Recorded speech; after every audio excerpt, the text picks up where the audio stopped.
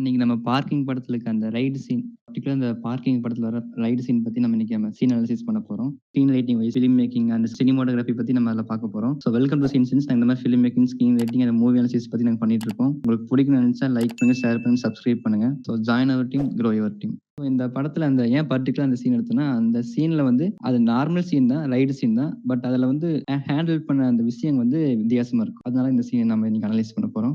அந்த சீனுக்கான நடக்க போறதுக்கு முன்னாடி ஒரு செட்டப் பண்ணியிருப்பாங்க. ஃபர்ஸ்ட் அவர் உட்கார்ந்திருப்பாரு அவரோட ஆபீஸ்ல. அங்க வந்து அவருக்கு உப்பசமா இருக்கும். அப்ப ஃபேன் போடுங்க அப்படின்னு சொல்லும்போது, ஃபேன் கரண்ட் இல்ல. 4 மணிக்கு தவிர அங்க கமிட் பண்ணியிருப்பாங்க. 4 மணிக்கு தான் கரண்ட் வரும். அது வரைக்கும் கரண்ட் வராதுன்னு சொல்லி கமிட் பண்ணியிருப்பாங்க. இப்போ ஹரிஷ் கல்யாண் உள்ள வருவாரு. ஏன்னா இவருக்கு முன்னாடியே இவங்க வந்து போலீஸ் ஸ்டேஷன்ல வந்து இவங்க கேஸ் போட்டு பொய்யான கேஸ் போட்டு அவன் ஜெயில இருந்திருப்பாரு. ஸோ ரிவெஞ்ச் எடுக்கிறதுக்காக இங்க சும்மா வந்து நீ என்ன எதை பண்ணல, நான் உன்னை எதை பண்ணணும்னு சொல்லி ஒரு சின்ன டைலாக் தான் சொல்லியிருப்பாரு. இந்த டைலாக் அப்புறம் அவருக்கு வந்து எழுத மாட்டாரு. அவருக்கு ஒரு மண்டையில வந்து ஒரு ஸ்ட்ரைக் ஆன மாதிரி இருக்கும். இது இவருக்கு பாஸ்கர் அவருக்கு வந்து அவரால கான்சன்ட்ரேட்டே பண்ண முடியாது ஒர்க்ல.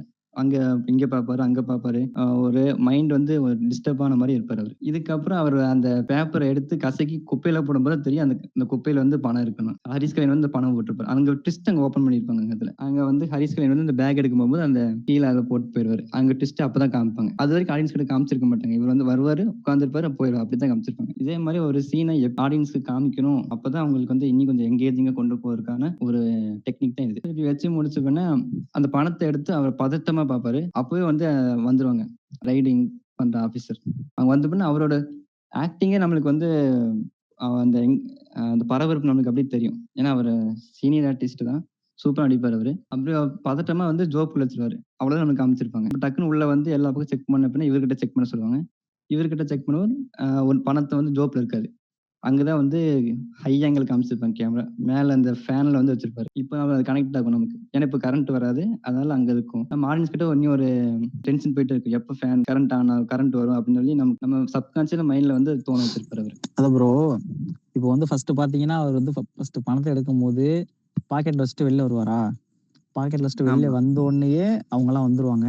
அவங்க ஸ்ட்ரெயிட்டா உள்ள வந்தோனே ஸ்ட்ரெயிட்டா அவர் ரூம்க்குள்ள போயிருவாங்க. இப்போ என்னன்னா, பாக்கெட்ல வச்சிருந்தவரு ஒளிச்சு வச்சதுக்கான டைம் இல்லாத மாரி நம்மள்ட்ட காட்டியிருப்பாங்க. ஸோ அப்ப என்னன்னா, கொஞ்ச நேரம் கழிச்சு அவங்க வந்து சுத்தியும் பார்த்துட்டு இருப்பாங்க. எதுவுமே இருக்காது. அப்போ அந்த மேம் வந்து சொல்லுவாங்க, அவர செக் பண்ணுங்கன்னு சொல்லும்போது, ஒரு ஒரு சின்ன ஒரு ஷாக் குடுக்குற மாரி ஆடியன்ஸ்க்கு. போச்சுடா அவன் தானே வச்சிருக்கான் அப்படின்ட்டு.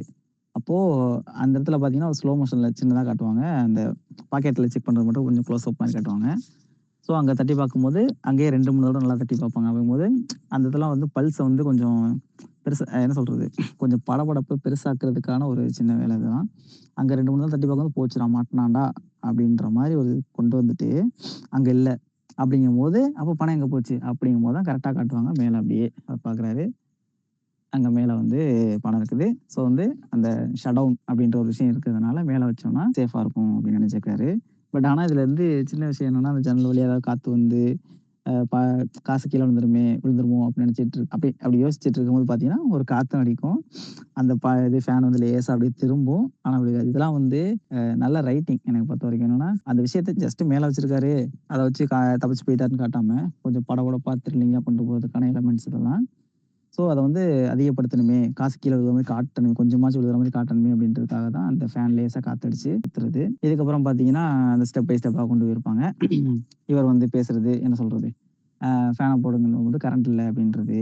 அப்போ அவரு ஃபேன் ஸ்விட்ச போட்டுருக்கு. அத வந்து எப்படியாச்சும் ஆஃப் பண்ணணும். டக்குனு கரண்ட் வந்தாலும் போச்சு அப்படின்ட்டு, இவர் தண்ணி குடிக்கிற மாரி ஆஃப் பண்றது. இப்போ வந்து ஸ்ட்ரெயிட்டாவே அவர் போய் ஆஃப் பண்ணியிருந்தா, ஸ்ட்ரெயிட்டாவே அவங்களுக்கெல்லாம் ஒரு சந்தேகம் வந்திருக்கும். இவர் மேல வச்சிருக்காரோ அப்படின்ட்டு. ஆனா இதுல இருந்து ஒரு சின்ன விஷயம் என்னன்னா, அவர் 2, 3 தடவ மேல பார்ப்பாரு. அத யாரும் பார்க்கல. அப்படித்தானே அ அந்த டென்ஷன பில்ட் பண்ண முடியாதுல்ல. மே அதான் மேல பார்க்கல. அது ஓகே. அது பிரச்சனை இல்ல. இவர் வந்து ஃபேன் ஆஃப் பண்ணது வந்து தெரியாம ஆஃப் பண்ற மாரி, ஸ்ட்ரெயிட்டா ஆஃப் பண்ணா கண்ண சந்தேகம் வந்துருன்ட்டு.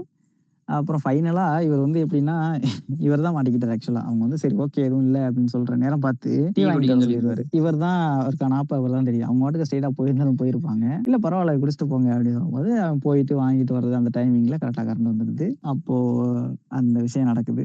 குடுத்துட்டு வெளில போனதுக்கப்புறம் அவர் வெளில ஃபேன் ஓடுது. அத பார்த்துட்டு வந்து ஃபேன் ஸ்விட்ச போடுறது. இதெல்லாம் இங்க வந்து மாட்டுறது. ஸோ ஃபேன் போடாத அப்படிங்கிற மாரி ஃபேன் போடாம இருந்தாலுமே மாட்டியிருந்திருப்பாரு. இவன் எதுக்கு ஃபேன் போட வேணாம்னு சொல்றான் அப்படின்ட்டு மேல செக் பண்ணியிருந்திருப்பாங்க. ஸோ இது எனக்கு எப்படி பார்த்தாலும் இந்த படத்துல வந்து வந்த சீன்ஸ்லயே இது எனக்கு ரொம்பவே புடிச்ச ஒரு சீனா இருக்குது. இதே மாரி ஆண்டவன் கட்டளை பார்த்தீங்கன்னா, அந்த கிளைமேக்ஸ்ல அதுவரைக்கும் படம் வந்து கலகலப்பா போயிட்டுருக்கும். அதே மாரி ஒரு செக் பண்றதுக்கு ஒருத்தவங்க வருவாங்க. அவர் விக்ரம் வேதா அவரோட நடிச்சிருப்பாரு. அந்த சீன் வரும்போது அப்படிதான் தியேட்டர் அப்படியே சைலண்ட் ஆயிரும். அங்க இருந்து படம் வந்து வேற மாரி போயிட்டுருக்கும். ஸோ இந்த படத்துல வந்து ஒரு பெஸ்ட் சீன்ல ஒண்ணு இது. இந்த ரைடு வர சீனு. ஏன்னா நமக்கு ஏன் அவர் வந்து கண்டிப்பா மாட்டணும்னு நம்ம ஆடியன்ஸ்க்கு தோணும்னா, ஏன்னா அதுக்கு முன்னாடி வந்து ஹரிஷ் கல்யாண் வந்து ஜெயில்ல இருந்திருப்பாரு. அது வந்து தப்பான இதுல இருக்கும்போது நமக்கும் அவர் வந்து ரொம்ப இதா இருக்கும். இவரு என்ன இப்படியெல்லாம் பண்ணுவாரா? அப்படின்னு நம்ம அந்த கேரக்டர் மேல நமக்கு கோவம் வரும். அதுக்கு தகுந்த மாரி இந்த சீன் வைக்கும்போது நமக்கு கண்டிப்பா ஒரு சப்கான்ஷியஸா வந்து நமக்கு இவரு மாட்டியே ஆகணும்னு சொல்லி நமக்கு தோணும். அந்த ரைட்டிங் நல்லா இருந்துச்சு. இது ஒரு ரொம்ப சின்ன இடம் ப்ரோ. ஒரு சின்ன இடம் தான். ஒரு சின்ன ரூம்க்குள்ள நடக்கிற விஷயம் தான். இதுல வந்து நெறைய எலிமெண்ட்ஸ் ஆட் பண்றது வந்து கொஞ்சம் கஷ்டம். அதெல்லாம் அப்பத்த ரூம்ல என்னென்ன இருக்கு எல்லாத்தையும் நமக்குள்ள மைண்டுக்குள்ள கொண்டாந்து ரிசர்ச் பண்ணி இது வச்சுக்கலாம் அப்படின்னு வச்சு, ஃபுல்லா மைண்ட் அந்த ரூம்ல என்னென்ன இருக்குன்றது மைண்ட்ல இருந்தா மட்டும் தான் இதெல்லாம் எழுத முடியும். இல்லைன்னா இது ஒரு சாதாரண ஒரு சீனா இருக்கும். சின்ன சின்னதா கொஞ்சமா ஆட் பண்ணி கொண்டாடுறதுக்கு. இப்போ நம்ம ஒரு சீன் எழுதுறோம் அப்படின்னா, அது எங்க நடக்குது? அங்க என்ன இருக்குது? அப்படின்றத நம்ம நோட் பண்ணி வச்சுக்கிறது ரொம்பவே ஒரு நல்ல இது. அதெல்லாம் தெரிஞ்சுக்கிட்டா மட்டும் தான் கொஞ்சம் த்ரில்லிங்கா இது ஒரு சாதாரண ஒரு சீனா இருக்கணும்னு நெனச்சா, இந்த ரிசர்ச் ஒண்ணும் தேவையில்ல. சும்மா ஒரு ரூம்பா, அதுல இருக்காங்கப்பா அப்படின்னு எழுதிடலாம். அந்த சீன் பேசப்படணும்னு நெனச்சா, அந்த சீன் மொத்தமும் உன் கண் முன்னாடி ஒரு அவுட் இருக்கணும். அப்பதான் இந்த மாரி விஷயங்கள்லாம் எழுத முடியும். இப்போ இந்த ரைடு சீன் பர்டிகுலர் பார்த்தோம்னா, பேசிக்கா சில பேர் ப்ரெடிக்ட் பண்ணுவாங்கல்ல. இந்த மாதிரி தான் நடக்க போகுது. இப்போ லைக் இப்போ அவர் வந்துட்டு ஒரு கவர்மெண்ட் ஆபீசர். அவரை அந்த இடத்துல வச்சு அசிங்கப்படுத்தணும் அப்படின்னா, சிம்பிளா அவர் லஞ்சம் வாங்கினாரு அப்படின்றத முடியும். ஆனா எனக்கு அந்த படம் பார்க்கும் அந்த இடத்துல அந்த பாயிண்ட் வரவே இல்லை.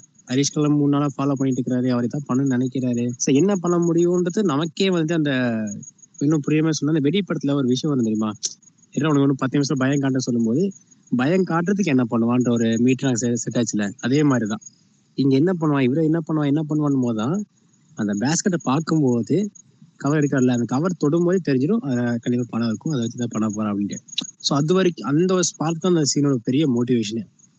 அதுக்கப்புறம் கண்டிப்பா அவர் வந்து ரொம்பவே ட்ரிக்கியா தான் மறைச்சு வச்சிருப்பாரு. ஏன்னா சீனை பில்ட் பண்ணணும். அவருக்கு மாட்ட தான் போறாரு. எப்படி மாட்ட போறாரு? இந்த ஜென்ரேஷன் ஃபிலிம் எல்லாமே அந்த மாதிரி தான் போயிட்டு இருக்கு. நம்ம முன்னாடி ஜென்ரேஷன் பாத்தீங்கன்னா என்ன நடக்குதுன்னு புரியாம பாக்கியில சொல்ற மாதிரி ஸ்கிரீன் பிள்ளை என்ன நடக்குன்னு தெரியக்கூடாதுன்னு சொல்லுவாங்க. பட் இந்த ஜென்ரேஷன்ல நிறைய நம்ம ப்ரெடிக்ட் பண்றோமா இல்ல அது வாண்டடா இருக்கா இல்ல ஸ்கிரிப்டே அப்படித்தானு தெரியல. பட் அந்த டென்ஷன் பில்டிங்கையும் எமோஷன் கேரி பண்றதையும் இதை நடக்க போகுது. அதாவது ஓவரால் இந்த மாதிரி தான் ஆகும். பட் அது எப்படி ஆகும்ன்றது காமிக்கிறதுல நிறைய ரைட்டர்ஸ் ஜெயிக்கிறாங்க. இந்த ரைட்டர்ஸும் டேரக்டர்ஸும் இந்த இடத்துல ஜெயிக்கிறாங்க. ஸோ பர்டிகுலர் இந்த இடத்துல பண்ண விஷயம் வந்துட்டு அது ஃபேன்ல மூவ் பண்ணதை ஒரு பெரிய பிரில்லியன்டான ஒரு விஷயம். வேற எங்க வச்சிருந்தா கூட மேபி அவங்க ரொம்ப இது பண்ணி பாக்குற மாதிரி தான் இருந்திருக்கும். பட் ஃபேன் பாத்தீங்கன்னா லைட்டை காத்தடிச்சு ஆடிடும். இதுல ரைட்டிங்க்கு வந்து ஒரு சின்ன விஷயம் நான் முன்னாடி வீடியோஸ்ல பேசியிருக்கேன். என்னன்னா ஒரு கேரக்டர் எப்படி இருக்காங்களோ அதுக்கு அப்படியே ஆப்போசிட்டா மாத்தி விட்டுறணும் அப்படின்றது. இதுல ரைட்டிங்ல பாத்தீங்கன்னா இவர் வந்து ரொம்ப நேர்மையான ஒரு ஆபீசர் அப்படின்ற மாதிரி இருக்கா. இப்ப இதை வந்து அப்படியே ஆப்போசிட்டா திருப்பி விடணும். அவர் வந்து எப்படின்னா லஞ்சம் வாங்குறாரு அப்படின்ற மாதிரி மாத்துறது. இப்போ நான் என்ன சொல்றது, ஒருத்தன் வந்து ரொம்ப ஃபாஸ்ட் ரைடர் வச்சுக்கோமே, ஒரு ரேசர் தான், பைக் எடுத்தாவே 100ல தான் போவான், 80 தான் போவான் அப்படின்னா அவனை வந்து படத்துல ஏதாச்சும் ஒரு பாயிண்ட்ல மாத்தி விட்டு அவன் ஸ்லோவா போற அளவுக்கு நம்ம காட்டணும். இப்போ அவன் எப்படி இருக்கானோ அப்படியே ஆப்போசிட்டா மாத்தி விடணும். ஸோ இது வந்து அந்த ஒரு விஷயம் நடந்திருக்கு. ஸோ அவர் வந்து நேர்மையா இருக்காருன்றத ஃபர்ஸ்ட் காட்டினதுக்கு இது வந்து படத்துல எங்கேயாச்சும் இந்த படத்துல வந்து நம்ம ஓரளவு எழுதிருவோம். இவர் வந்து இப்படிப்பா இவர் இப்படிப்பா அப்படின்னு எழுதிருவோம். கேரக்டர்லாம் எழுதிட்டு கதை போகும்போது இவன் வந்து பழிவாங்க பார்க்குறான் அப்படிங்கும்போது இவன் கார் வச்சிருக்கான், இவனுக்கு வந்து நட்டு போல்ட்டை கழட்டி விட்டுருவோம். ஓகே ஒன்று வேற என்ன பண்ணலாம் அப்படின்னு ரொம்ப ஜெயிலுக்கெல்லாம் போய் அசிங்கப்படுத்திருக்கான். அப்போ அவரை ஜெயிலுக்கு போகணும்னு என்ன பண்ணலான்னு பார்த்தா, சரி ஓகே இவர் வந்து ஆஃபீஸர் கொஞ்சம் நேர்மையான ஆஃபீஸராக மாற்றிடுவோம்.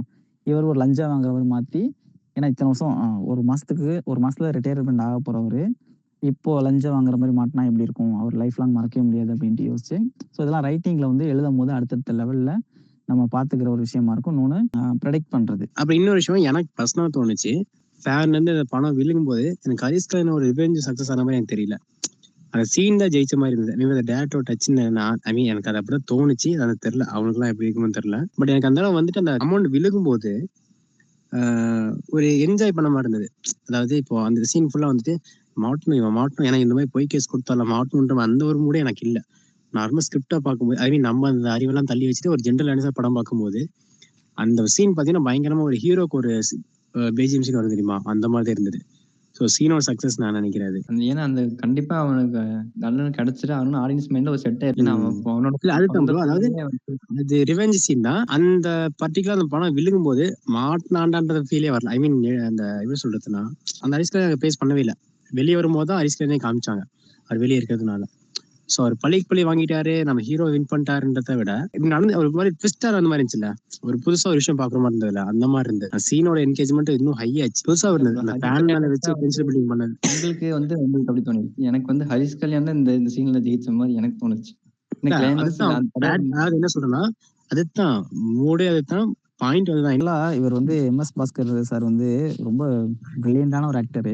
இவர் ப்ரோ வந்து நம்ம ஆமா நிறையவே ப்ரோ, யூஸ் பண்ணணும். இது வந்து ரொம்ப லேட்டா தான் நம்ம யூஸ் பண்றோம். ரொம்ப லேட்டா ஒரு தான் அண்டர் ரேட்டட் ஜெம் ப்ரோ அவர்லாம். ஆமா, ம். அவர்லாம் நிறைய ஏன்னா ஒரு யூஸ் பண்ணணும். படத்துல நான் ரீல்ஸ்ல பார்த்தேன், எக்ஸாக்டா படம் பேர் தெரியல.